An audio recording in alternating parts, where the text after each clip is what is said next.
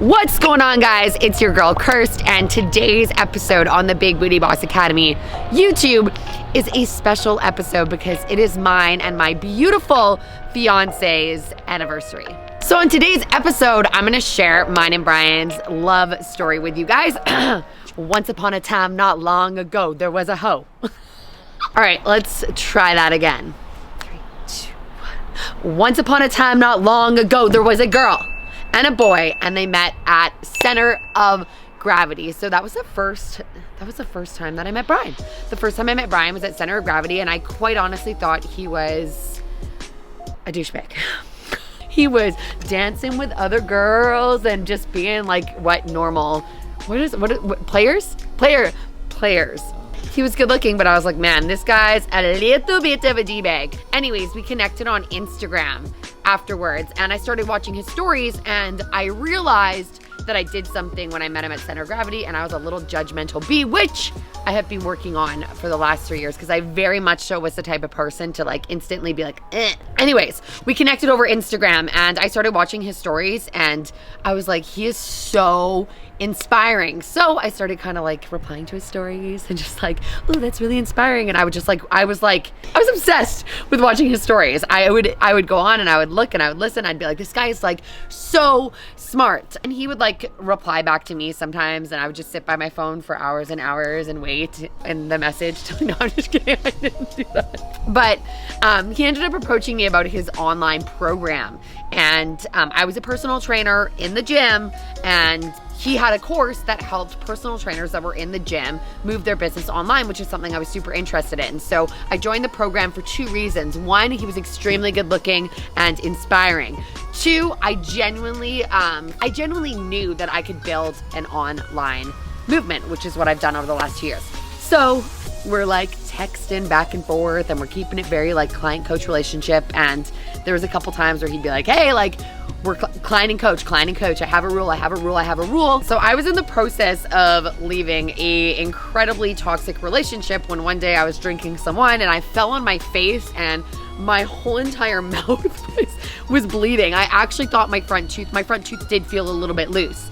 So we had this group chat with all of our coaches. I'm like, you guys, I just like fell completely on my face.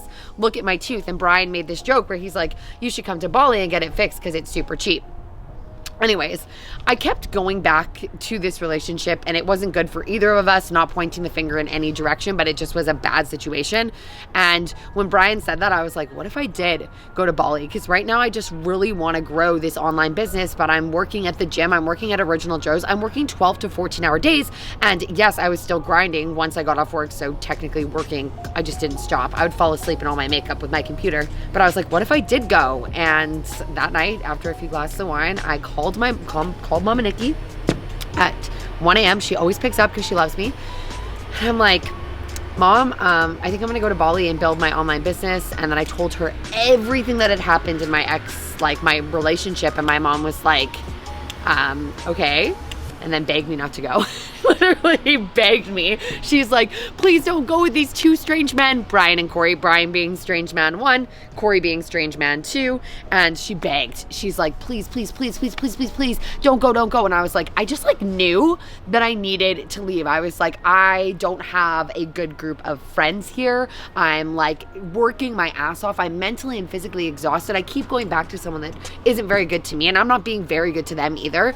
And I was like, I need to get out. So oh my God, it makes me feel like nauseous talking about it, because when we were at the airport, because I drove to Vancouver, I was like, I'm doing this. I just did it. I'm leaving for 4 weeks. I told my mom, like, I need you to help me with Haley.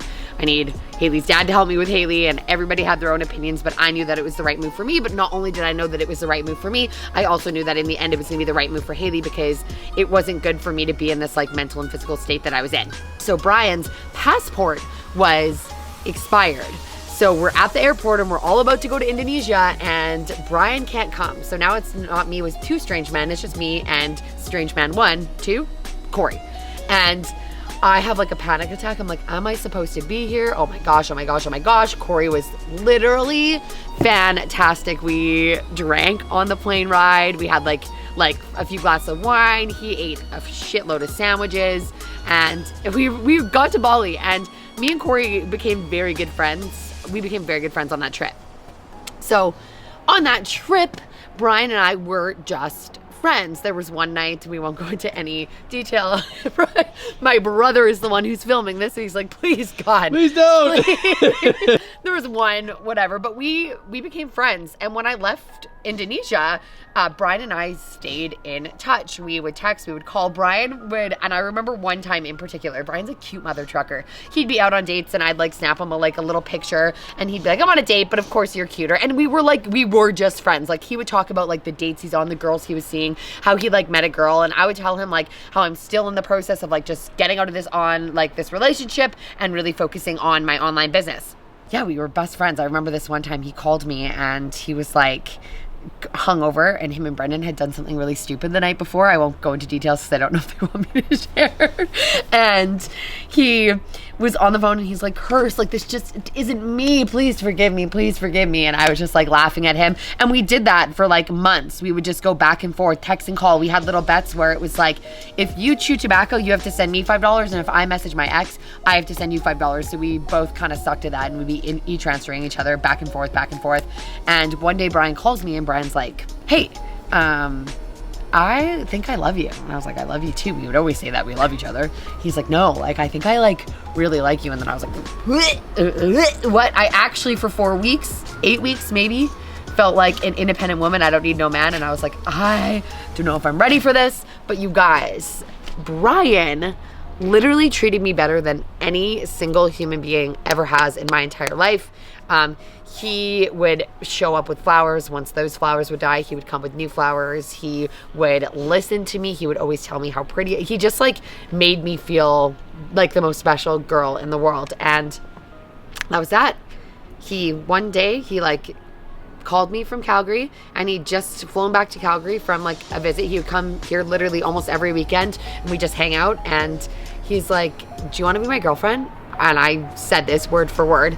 I was like, I'm crazy. Like, I'm a little bit of a crazy person to be in a relationship with. He's like, I want to be in a relationship with you. And I said yes. And he started running in the streets of Calgary. He's like, she said yes. She said yes. And the rest is history. He came down one time and he never left. He's like, I don't want to leave. And I was like, I don't want you to leave. And ever since that day, we have been inseparable. So where was I? Brian came down to Kelowna and he literally just never left. Like he just like moved in and the rest is history. So when you know, and I feel like with Brian, I just knew. I was like, for once in my life, I'm like not questioning this relationship. Any argument and disagreement, which you guys, it's a relationship. We argue and we get into disagreements still up until this day, but I knew that it was right. So months go by and obviously Brian falls even more madly and deeply in love with me, and I fall even more madly and deeply in love with him. And he asked me to marry him. The most random, spontaneous, I had absolutely no idea. He came home from, I thought he was just working, I don't know. And he was like breathing really heavy. He was Are you married? Are you being serious? Yeah. And I was like, are you okay? Like, what is going on? And he's like, I know 2 things. We just got accepted onto the Amazing Race Canada. He's like, we're not supposed to go on the Amazing Race Canada, and I want to be with you for the rest of my life. Will you marry me? And I was like, what the fuck? I think I said the F word like 50 times. Are you being fucking serious right now? What the fuck? Are you fucking joking me? Just because it was so out of the blue, but Brian's like this type of person. Brian's the type of person that just literally when he knows it's right, he goes for it. Whether it's like a business decision or a life decision, like a marriage proposal, he doesn't tell his best friends or his parents or anyone. He goes to a jewelry store down the road and he's like, I'm marrying this person. And that's like, I think that's kind of what makes it special because it is so Brian. So Brian. And now on August 6, 2021, Brian and I are getting married, and I can't wait. I have never been so excited in my entire life. I feel like, this is gonna sound super cheesy, but I feel like our relation just keeps evolving and growing stronger, and we've just really grown. We've really grown together into the people that we were supposed to be, if that makes sense. Like when I met Brian, I was very insecure, emotionally unstable, anxious, and Brian was this dude that liked to party on the weekends, right? And we really just like stepped into our power and helped each other become the best versions of ourselves. And I know that it might sound super cheesy, but I honestly believe that, like, from the bottom of my heart. So Brian Mark, you are my person. You are my best friend. You are someone that I get excited to wake up to every single day. You're someone that I miss when you go down the road to the gym. You're one of my favorite humans in the entire world, and I love you. I just appreciate everything you do for me. I appreciate everything you do for Haley. We've already created so many memories, and I am so excited to create more.